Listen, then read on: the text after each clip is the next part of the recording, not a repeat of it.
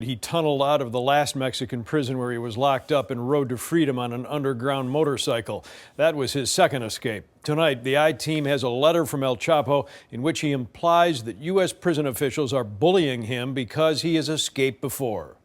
Nobody's ever broken out of the Supermax prison here in Colorado since opening in 1994, known as the Alcatraz of the Rockies. This airtight penitentiary has housed the worst of the worst, including billionaire cartel kingpin Joaquín El Chapo Guzmán. Like the rest here, segregated and on permanent lockdown 23 hours a day.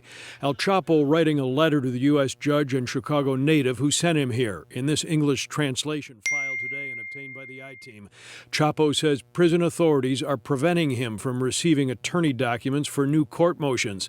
They always use the excuse that it's because Guzmán fled from a Mexican prison, he writes.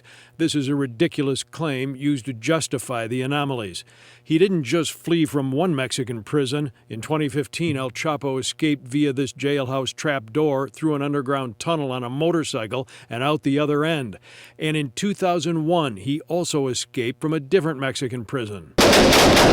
Months after the most recent escape, Chapo was recaptured following a shootout with Mexican commandos who'd hunted him down, and he was brought to the U.S., where a federal jury in New York convicted him. Tonight, housed at America's most secure prison and still under indictment in Chicago, Chapo claims he is being mistreated because of escape fears. Ironically, a similar complaint 10 years ago from one of the key witnesses against Chapo, his former top lieutenant, Jesus Vicente Zambada Niebla. During Zambada's 2 years here at the Chicago MCC, he wasn't allowed to the rooftop sports courts to exercise.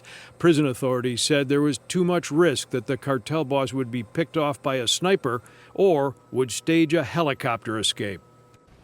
El Chapo has been on a crusade since arriving at the Supermax in Colorado to communicate with his attorneys and allow them to deliver documents to his prison cell as he works to concoct a legal move that would result in his unlikely release. No response to the I-Team tonight from Supermax officials, but the freedom that would concern them is more illicit, a jailbreak that no one has ever succeeded in pulling off, and dare we say probably never will.